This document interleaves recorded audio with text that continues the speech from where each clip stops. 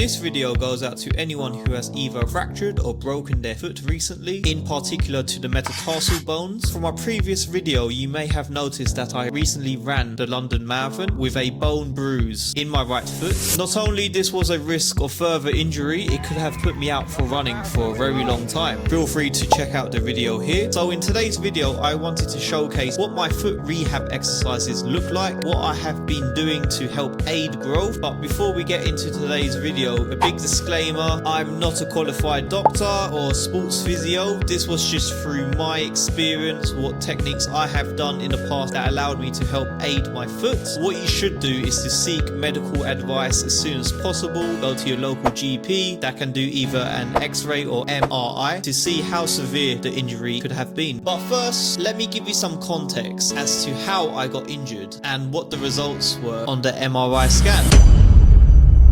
Now see that, you can see there,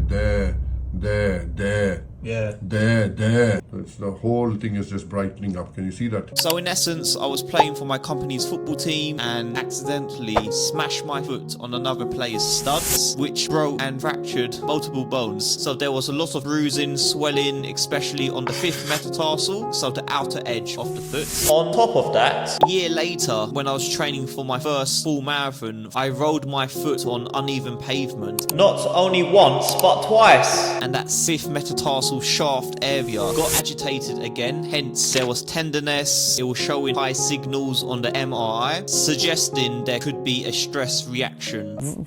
It's hard to put it. You must understand. My foot was a balloon. I tore my leg to shred. My foot was a balloon. You want to see it? So if you're an active person like me, the first thing I did when I injured my foot was to go on Google, type in how to recover from a 5th metatarsal injury as soon as possible.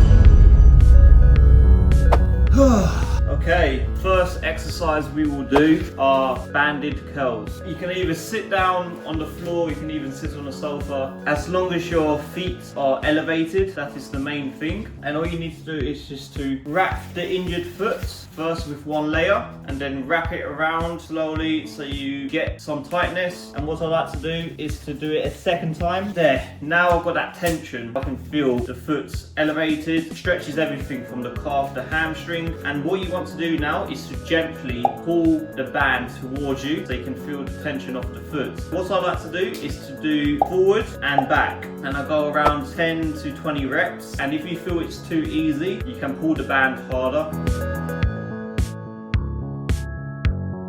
Once I have done around 20 reps of forward and back, I do it to the side now. I'm rotating the foot at a different angle. A key tip I like to do is to push my little toes, really curl them until they can't curl no more. You want to try to keep the leg static if you can. And again, 10 to 20 reps.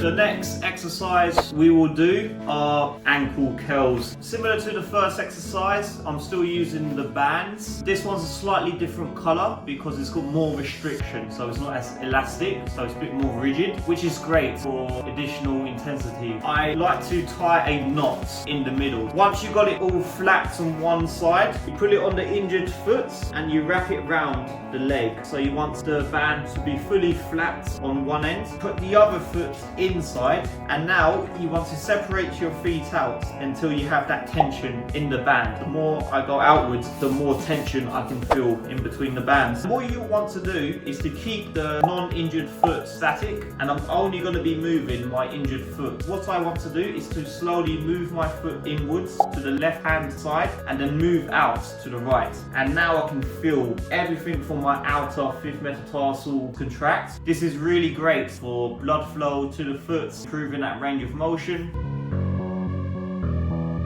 So straight after, I want you to grab the band again, put your non-injured foot inside the loop where the knot is tied. Get your injured foot and put it near the top of your toe. You want to keep the band as flat as possible. Put your non-injured foot at a diagonal angle so you can clearly tell the tension of the band is there. Now you want to curl as high as possible your big toe up into the air, then relax. This is going to work the tibular muscle, experimenting with the range of motion, which is great for additional blood flow.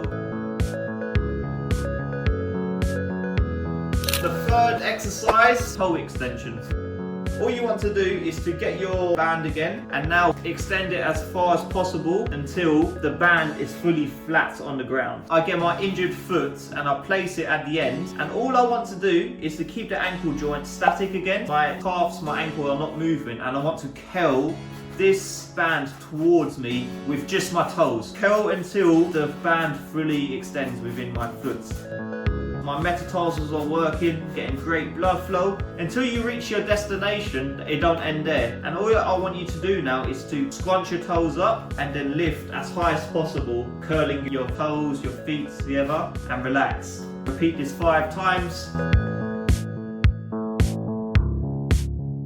The 4th exercise is stability ball work.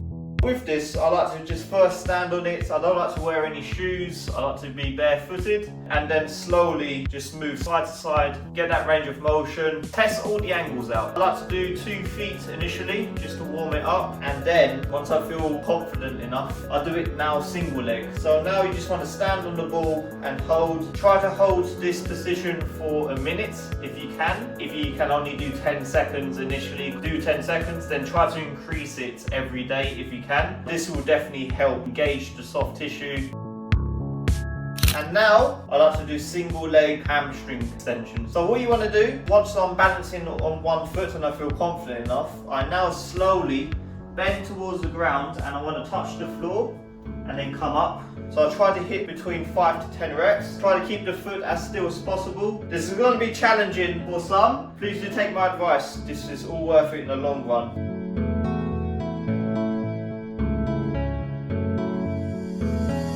The final exercise we have are cable leg extensions. With this movement, the key is to focus on stability. I'm making sure that I'm working all the 4 ranges of motion, back, right, left and front. The key to this exercise is to keep the supporting leg without the attachment as still as possible, because this is enhancing or strengthening the leg. Some people could argue that this exercise is for your glutes in particular, and you could maybe see some people hold onto a bar to engage the glutes. This is not the purpose of this exercise. The key to this is stability, because it's all about balance, and the key is to go light. I mean, you cannot go heavy at all on this exercise, but give it a try if you can. This has definitely allowed me to accelerate my progress in relation to my foot rehab, and as a result I have strengthened my stability muscles, which has allowed me to get back into running quicker.